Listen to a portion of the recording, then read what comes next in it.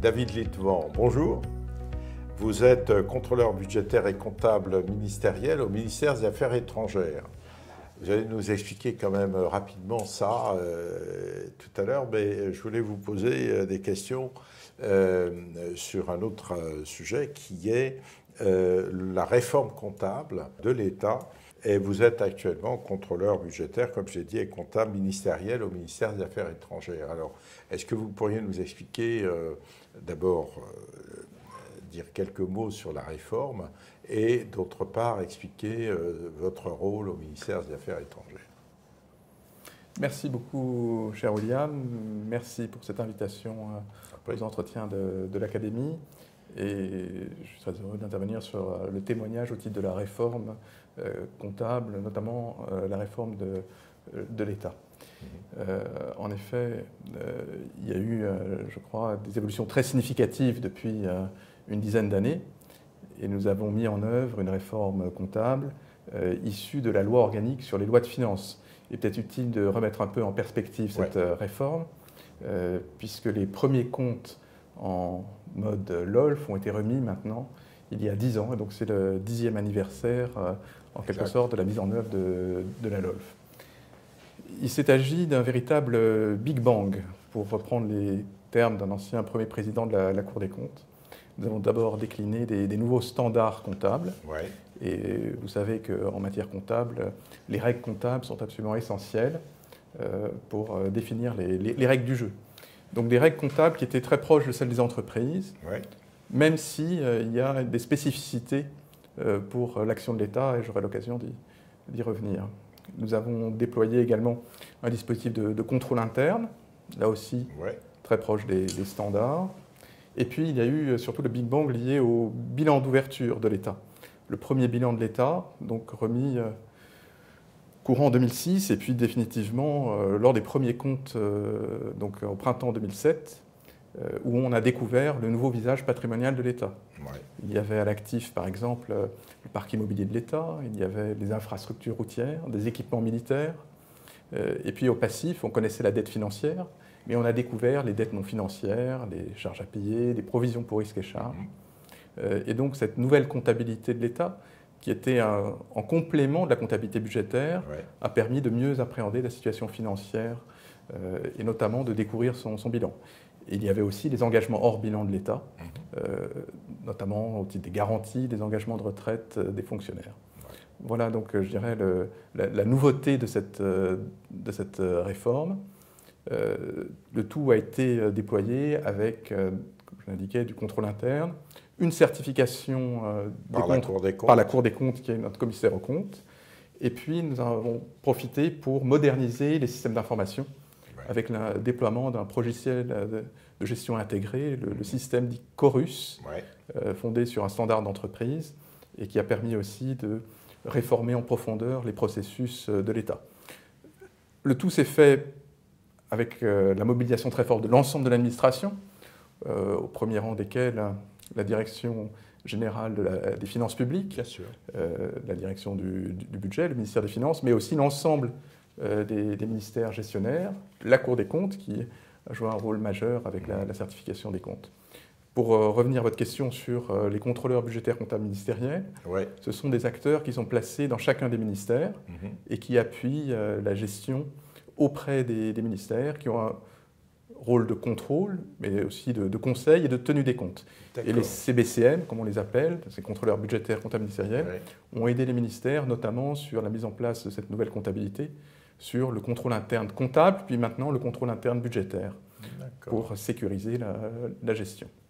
On peut dire que c'est des directeurs financiers, des directeurs comptables et... Ils ont un rôle d'accompagnement auprès des directeurs financiers. Ils ont davantage un rôle effectivement de directeurs comptables et ils aident dans la bonne gestion avec une vision également de contrôle et d'appui à la soutenabilité des budgets des différents ministères pour garantir la bonne exécution conformément aux crédits votés par le Parlement en loi de finances, qui est d'actualité, comme vous le savez.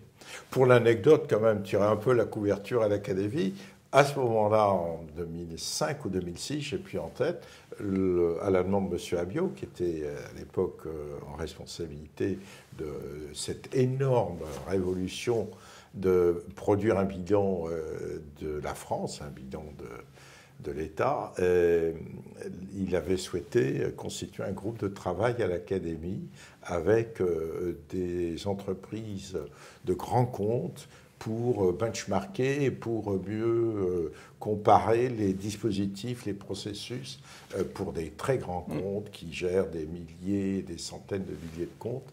Et voilà, je crois que ça a été une source intéressante de référence. Alors il faut juste préciser, parce qu'on m'a posé la question de temps en temps, la certification par la Cour des comptes est faite quasiment toujours avec des réserves. Mais il faut dire que c'est presque normal, ou c'est normal, puisque par comparaison aux États-Unis, il y a des refus de certifier systématiques parce que certifier les comptes d'un État, d'une entreprise, entre guillemets, aussi énorme que l'État français ou l'État américain, c'est vraiment mission impossible. Et donc, le censeur, enfin, le certificateur, fait des réserves. Et aux États-Unis, quasiment, il ne certifie jamais les comptes, alors qu'en France, c'est certifié avec quelques réserves. Ça paraît tout à fait normal. Tout à fait, cher William. Effectivement, il y a une certification des comptes. Vous avez évoqué le benchmark et les groupes de travail à l'Académie. On était très à la recherche de bonnes pratiques dans le secteur privé, mais également dans le secteur public ou à l'international. Et c'est vrai qu'on peut dire qu'il y a un mouvement à l'international de réformes comptables, comptabilité budgétaire, comptabilité en droit constaté, avec des référentiels qui se mettent en place au plan international, très dérivés des IFRS, ce qui peut poser d'ailleurs quelques questions. On appelle ça les normes IPSAS dans le secteur public. La France a développé un corpus normatif particulier, spécifique, qui présente un intérêt et qui intègre un certain nombre de spécificités de l'État.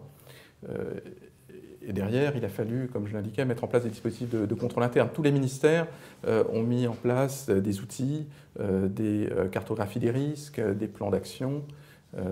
Tous les ministères ont mis en place désormais des comités d'audit, des comités de maîtrise des risques. On évoquait le ministère de l'Europe et des Affaires étrangères. Eh bien, ce ministère est très en pointe en matière de contrôle interne. Il y a beaucoup de progrès qu'on a pu constater en quelques années. Il y a une véritable appropriation. C'est vrai que la certification, et c'était la question, a joué un effet de levier sur la qualité des comptes. Il y a un objectif de qualité des comptes, un dispositif de contrôle interne, et le commissaire aux comptes, évidemment, joue un rôle important. Il y a eu un dialogue permanent, constructif, avec au départ des réserves, 13 réserves, qualifiées de substantielles par la Cour des comptes, et puis une réduction progressive de ces réserves, puisque aujourd'hui, sur les comptes 2016, il y avait encore 4 réserves, et on attend la clôture et la certification des comptes 2017 au printemps prochain. Très peu de pays, en réalité, ont une certification des comptes. Très peu de pays. Les pays anglo-saxons sont partis devant. On a le Canada, on a la Nouvelle-Zélande, l'Australie, le Royaume-Uni, qui a des comptes maintenant consolidés, également certifiés avec des réserves. Et puis les Américains, il est vrai, ont toujours des comptes en refus de certification, notamment du fait de la situation des actifs militaires. C'est ça, Ce qui compte dans le processus de certification, c'est bien sûr la dynamique. Je pense que tout le monde a pu constater que la dynamique était importante, qu'elle se poursuivait. Et donc la réforme est lancée, elle est bien lancée, elle est engagée. Il restera naturellement à la poursuivre dans la durée, on pourra y revenir.